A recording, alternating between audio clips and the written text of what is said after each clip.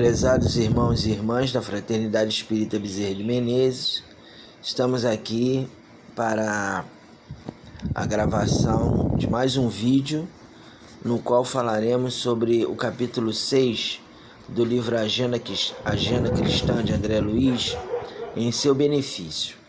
Então, primeiro nós vamos ler o texto para em seguida falarmos sobre o tema. Não se agaste com o ignorante, certamente não dispõe ele das oportunidades que iluminaram o seu caminho. Evite aborrecimentos com as pessoas fanatizadas. Permanece no cárcere do exclusivismo e merecem compaixão como qualquer prisioneiro.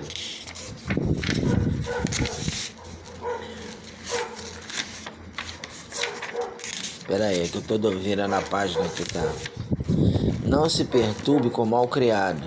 O irmão intratável tem, na maioria das vezes, o fígado estragado e os nervos doentes. Ampare o companheiro inseguro. Talvez não possua o necessário quando você detém excessos. Não se zangue com o ingrato. Provavelmente é desorientado ou inexperiente. Ajude ao que erra. Seus pés pisam o mesmo chão. E se você tem possibilidade de corrigir, não tem o direito de censurar. Desculpe o desertor. Ele é fraco e mais tarde voltará à lição. Auxilie o doente. Agradeça ao divino poder o equilíbrio que você está conservando. Esqueça o acusador. Ele não conhece seu caso desde o princípio. Perdoe ao mal. A vida se encarregará dele. Então vamos voltar aqui e fazer os comentários. Bom, primeiro o André Luiz está recomendando que nós não nos aborreçamos, com o ignorante. Então a gente sabe que na nossa caminhada, no nosso dia a dia, nós nos deparamos com muitos ignorantes em vários momentos da nossa vida, Às vezes você está na fila do banco, vem aquela pessoa, começa a criar caso com você, porque acha que você furou fila. Tem uma situação muito comum para mim, que já estou idoso, que eu estou em pé, aí libera um daqueles bancos amarelos, aí vem um rapaz, uma pessoa mais jovem, senta na minha frente. Aí se eu for falar alguma coisa vai ser maior discussão, aí eu prefiro ficar em pé. Então, quer dizer, nós temos que evitar esses confrontos. É lógico que em alguns momentos esses embates são necessários, Ele não está falando que a gente tem que se calar para tudo. Por exemplo, se eu for vítima de racismo, e eu já fui em uma ocasião, mas aí achei melhor não falar nada, mas se for uma coisa muito grave, uma coisa muito gritante, muito agressiva, eu tenho que me defender, sim. Mas a questão é que a gente tem que se defender sem agressão, sem querer pagar na mesma moeda, sem usar a lei de talião. Por isso que às vezes é melhor a gente ficar em silêncio, porque se você vai querer gritar mais alto do que o outro, aí a situação vai se complicar. E isso acontece muito na família, Às vezes você tem problema com teu filho, com os teus entes queridos, e aí se você for querer ter razão, se você for querer provar que você está com a razão, você vai se aborrecer, não vai conseguir nada e vai às vezes criar muitas mágoas. O casamento também tem muito isso, Às vezes é melhor você não ter razão para não se aborrecer. Dar razão à sua esposa, E para você não se aborrecer. Então esse exercício nós temos que fazer. É claro, e eu sempre gosto de pontuar isso, que isso é um processo, Nem sempre a gente consegue. Tem dia que a gente não consegue. Tem momentos na nossa vida que a gente está fragilizado, nós estamos invigilantes, que a gente não consegue ter esse equilíbrio. Mas nós temos que fazer um esforço para diminuir esses momentos de irritação, de agressão, de fala dura, A gente tem que procurar ir fazendo um exercício mental para minimizar o mal. E para isso a gente tem aí a oração e temos também o estudo da doutrina. Outra coisa que está aqui, evite aborrecimentos com pessoas fanatizadas. A gente sabe que hoje temos muitos fanáticos, tanto na política como na religião, né? Então tem algumas pessoas de religiões diferentes que acham, por exemplo, que o espírita ele é adorador do demônio. E às vezes quando você está no ônibus, está num determinado local, lendo um livro espírita, aí alguém fala assim, ai, tá vendo, tá lendo coisa do demônio, é um adorador do demônio, tá com o diabo. Então a gente não tem que responder. A gente tem que... um dia até eu saltei do ônibus por causa disso. Eu tava bem nesse dia, né? Tava com uma sintonia melhor. Aí eu tava lendo um livro espírita, uma senhora de uma igreja. Aí veio do nada, ela começou, aí tá vendo, meus irmãos, aqui, lendo o livro espírita, não sei o que começou. Foi um monte de discurso dentro do ônibus. Eu simplesmente peguei e saltei do ônibus. Eu vi, coitada, que ela tava perturbada, né? Devia estar fascinada, ou então era uma fanática religiosa. Peguei e saltei. Pra que eu vou ficar discutindo, né? Então a gente tem que procurar fazer isso. É o que eu falo. Agora tem que procurar ter vigilância, porque se a gente cair na armadilha de você querer discutir respondendo na mesma moeda, também tem problemas. É igual alguns amigos nossos também que são partidários, né, de determinados políticos, né, que a gente não concorda, mas que eu também evito discutir. A gente respeita e a gente fala sobre determinados assuntos sem entrar em questão política, porque não vai adiantar, né? A pessoa vai ficar aborrecida, vai ficar achando que a gente está falando bobagem, que é porque é isso, é aquilo, começa a rotular. Então é bom a gente evitar essas discussões, que são discussões improdutivas, deixam você irritado e no fim não vai adiantar nada, que a pessoa vai continuar com o mesmo pensamento. Aqui, continuando, não se perturbe com o mal criado. O irmão intratável tem, na maioria das vezes, o fígado estragado e os nervos doentes. O mal criado é aquela pessoa mal-humorada, aquela pessoa que tudo dá resposta agressiva, né? Qualquer coisa que você fala, a pessoa já dá como se diz vulgarmente, aquele coice de mula, né? Você às vezes fala uma coisa assim normal, com a pessoa sem intenção de ofender, mas a pessoa tá tão pilhado, tá tão irritado, que aí já te dá logo um chega pra lá do nada.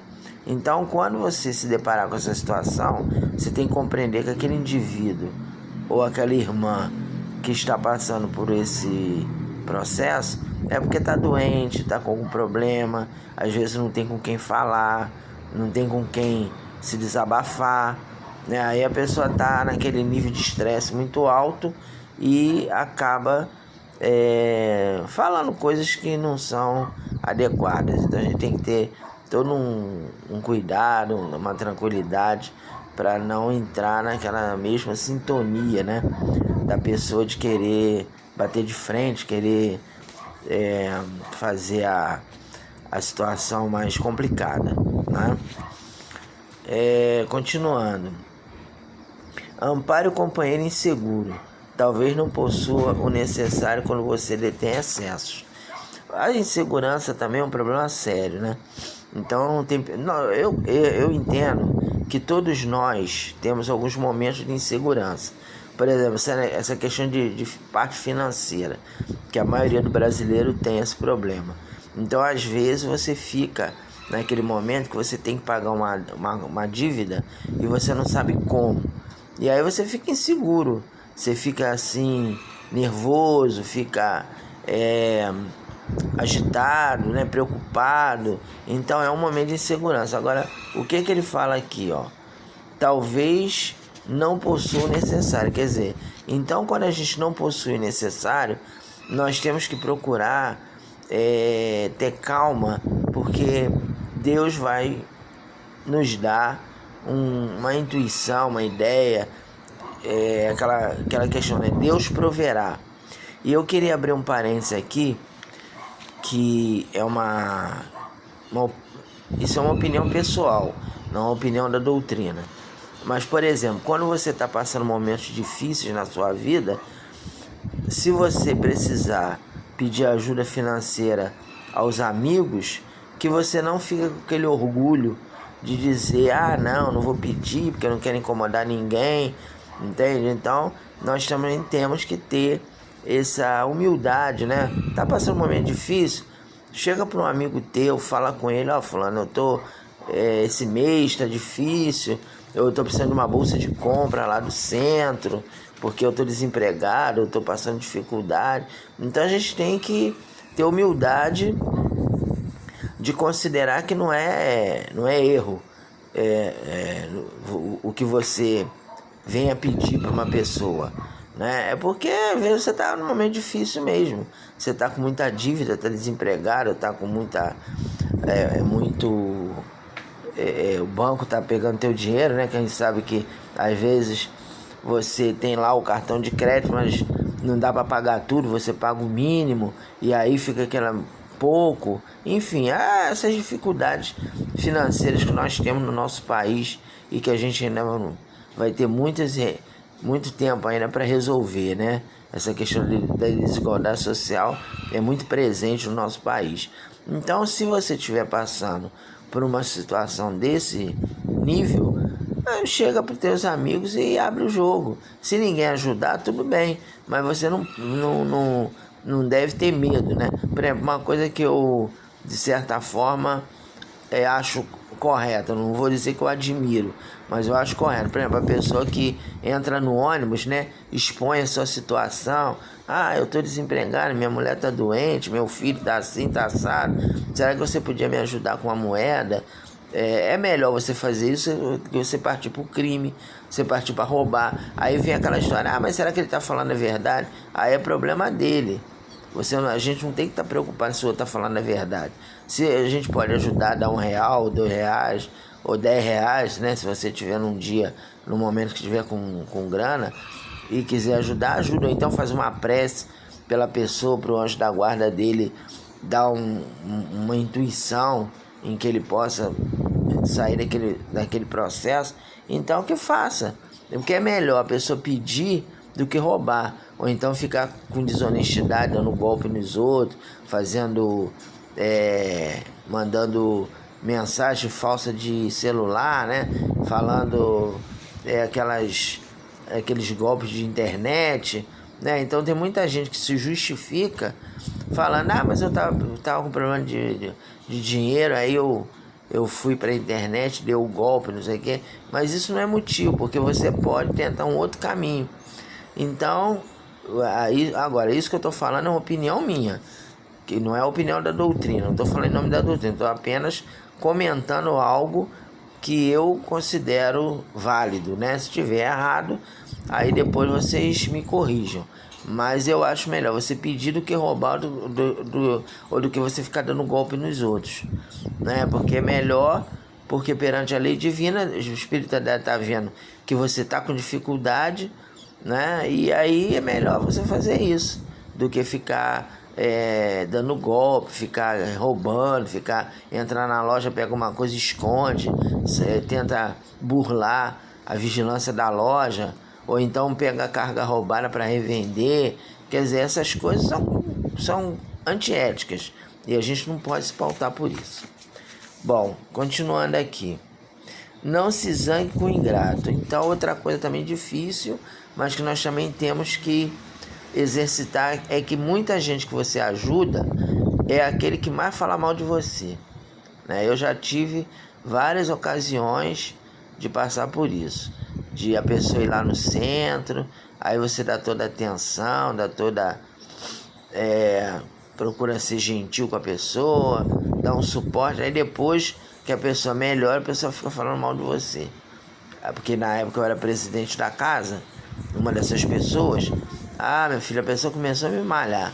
Porque Fernando é presidente, mas ele é isso, ele é aquilo, ele não sabe fazer nada, ele é inseguro, é isso, aí me botou 1000 defeitos. E era uma pessoa que quando entrou na casa, a gente procurou, né, ajudar, procurou estar do lado, conversava muito, mas aí por uma questão dele não concordar com as minhas atitudes, aí ele veio.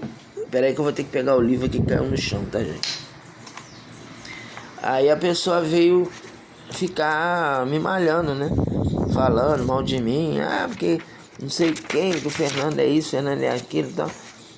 Aí ele que sabe, né? Eu não procurei não fiquei. Procurei ouvir, não fiquei ligando não, sabe? Porque é aquele negócio, não se zangue com o ingrato, quer dizer, crítica destrutiva, a gente não tem que ligar. Crítica destrutiva, gente que tá falando mal de você aleatoriamente, sem motivo, né?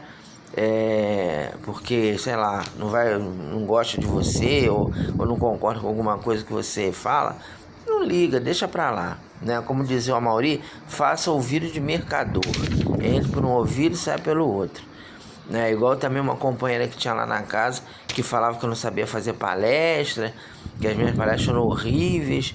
Eu falei, então você não assiste, é muito simples.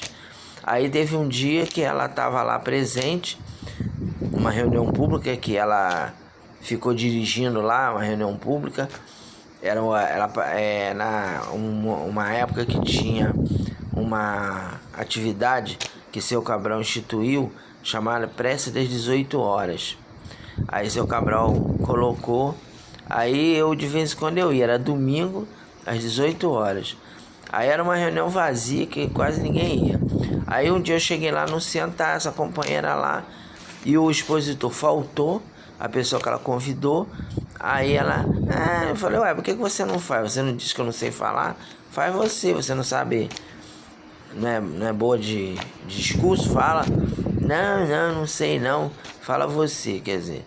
Então, é aquilo, né? É melhor não ligar porque a pessoa fala, mas também não consegue fazer a mesma coisa.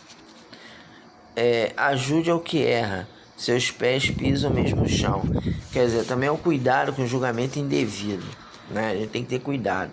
Essa questão de ficar malhando os outros, a gente tem muito hábito de fazer isso quando vê pessoas de outros segmentos religiosos cometendo erros. Então, por exemplo, eu vou falar o nome do documentário porque está público, né? Então eu não vou falar no sentido de denegrir a pessoa, porque tá bom. Então tem um documentário sobre a Flor de Lis, aquela nossa irmã que tá presa, que matou o marido, né? Que tá investigando e os investigadores apontam que ela mesmo foi a mandante do crime e ela tá presa. Então eu vi o documentário sobre a vida dela, mas a gente tem que ter muito cuidado na nossa fala, porque muitos de nós já fomos desses segmentos religiosos em outras existências e fizemos algo semelhante ou até pior do que essa nossa irmã, né? Ela, coitada, começou muito bem. É o que eu falei para minha esposa, falei assim, eu acho que ela começou bem, mas ela acabou se perdendo, né? Ela se perdeu, ela ficou talvez fascinada pela fama, pelo sucesso, que ficou todo mundo falando bem dela, depois entrou na política. A política é um pântano, né? É um local de areia movediça que você tem que ter muito cuidado. Então acabou que ela, coitada, se perdeu e depois fez o que fez, está presa. Então é isso, quer dizer, agora não me cabe o julgamento assim indevido, né? Igual aquele negócio da Boate Kiss, também tem um documentário falando sobre a Boate Kiss. É lógico que os companheiros que foram responsáveis, é lógico que eles têm que ser julgados de novo, né? Porque eles foram inocentados e a família vai recorrer com um novo julgamento. Então é lógico que de novo eles vão ter que responder pelo que fizeram, mas a gente tem que procurar não julgar, né? Não ficar com ódio da pessoa, né? Tem que matar, tem que botar na cadeira elétrica, não sei o quê. Igual esses nossos irmãos que tentaram dar o golpe antidemocrático. É lógico que a gente condena, mas alguns companheiros falaram assim, tinha que botar eles sob tortura, tinha que botar eles no pau de arara, igual que eles fizeram em 64. Então, se você vai pagar na mesma moeda, você está se igualando e está perdendo a oportunidade de um julgamento justo. Desculpe o desertor. Quer dizer, o desertor é aquela pessoa que abandona uma tarefa. A gente também, lá no centro, tivemos vários companheiros que passaram ali pela casa, começaram muito bem, aí depois chega um determinado momento a pessoa abandona até o espiritismo. Muitos amigos nossos que passaram por lá, hoje nem são espíritas mais, mas eu não tenho que estar julgando. Eu tenho que fazer a minha parte, continuar exercitando, né, os ensinamentos da doutrina sem ficar julgando, né, condenando aquele que age de outra maneira. Porque a gente sabe que essa questão da fidelidade doutrinária é uma coisa que muita gente não consegue. A pessoa começa muito bem, depois abandona. Eu me lembro que teve um rapaz, os primeiros tempos que eu ia lá no centro, eu participava de uma visita que se fazia na época, que era em Curupaiti, que era aquela colônia de rancenianos que tem aqui em Jacarepaguá, ali no Curicica. E tinha um companheiro menino, um rapaz, que era da mocidade, naquele tempo era da mocidade. Ele ia lá e falou: porque eu vou me dedicar ao espiritismo, agora todo mês eu não vou perder essa visita, que não sei o que. Aí foi algumas, nunca mais apareceu. Eu vou fazer o quê? Vou ficar condenando o rapaz? Não, é uma opção dele, o livre-arbítrio dele, e a gente tem que respeitar. Então, o respeito ao livre-arbítrio é importante, sem a gente ficar condenando a pessoa. Auxilie o doente, quer dizer, doente da alma ou doente físico. Nós também temos que procurar dar um consolo, dar uma palavra de carinho, uma palavra de afeto. No caso do doente físico, você levar ao médico, acompanhar a pessoa ao médico, né? Saber como é que a pessoa está. Então, tudo isso é importante, é válido, né? Para você fazer de pegar no colo, né, a pessoa que está nessa situação difícil. É claro também que a questão da doença, somente a doença moral, depende muito do doente, né? Porque não adianta o médico receitar um remédio e o doente não querer tomar o remédio. Então tem doente rebelde que às vezes você tem que ser mais duro com a pessoa. Porque a pessoa às vezes está precisando tomar remédio e não quer tomar remédio. Mas tem que tomar, você tem que obrigar, tem que ser enérgico, fazer a pessoa tomar o remédio. Mas cada caso é um caso. Esqueça o acusador, quer dizer, é aquele mesmo nível que foi colocado aqui anteriormente, né? Não se perturbe com o mal-criado, né?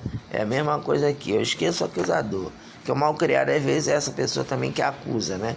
Que é mal-criado que acusa. Então, também, é aquela história, crítica pela crítica destrutiva, não liga. Se for uma crítica construtiva, se for uma pessoa que realmente esteja interessado em você, em te ajudar, em fazer alguma coisa, ótimo. Mas nem sempre é o que ocorre. Às vezes são pessoas que te acusam indevidamente, pessoas que do nada, né, querem ficar te rotulando, te colocando como ditador, como uma pessoa mal intencionada. Então aí a gente tem que ter muita tranquilidade, muito cuidado e, como dizia novamente o Amauri, ouvido de mercador. Entra por um ouvido e sai pelo outro. E o último aqui é perdoe o mal, né? A vida se encarregará dele. Por que a vida se encarregará dele? Porque nós vivemos pautados na lei de causa e efeito. Então, em algum momento, o irmão que é equivocado, que é errado, ele vai resgatar aquilo que ele está semeando. A gente não precisa se preocupar. Não, eu vou fazer justiça com as minhas próprias mãos. Porque às vezes você não faz, a justiça não acontece. E aí, mais uma vez, vou encerrar aqui o meu comentário com opinião pessoal, não a opinião da doutrina. Por exemplo, eu acho que em algumas ocasiões, essas pessoas que sofrem acidentes, que são mortas nas comunidades com bala perdida, a família fica com aquela revolta, né, pedindo justiça, pedindo indenização ao Estado. É claro que a pessoa tem todo o direito de fazer isso, mas não adianta você ficar com ódio daquela pessoa que ocasionou aquele problema. E muitas vezes é isso que acontece. A pessoa fica com ódio do policial, fica com ódio daquele que atropelou o seu filho, quer pagar na mesma moeda. Então essa situação de ódio, de você não perdoar, prejudica o espírito que já desencarnou numa situação trágica. Então às vezes o espírito já desencarnou de forma trágica, já está tendo dificuldade para se reequilibrar. Aí você ainda fica mandando dardo mental. Ah, não, fulano vai pagar, mas esse vai pagar no sentido de querer pagar na lei de talião, no olho por olho, dente por dente. Então, meus irmãos, é isso que a gente queria conversar com vocês neste dia. Que Jesus nos abençoe e até a próxima lição.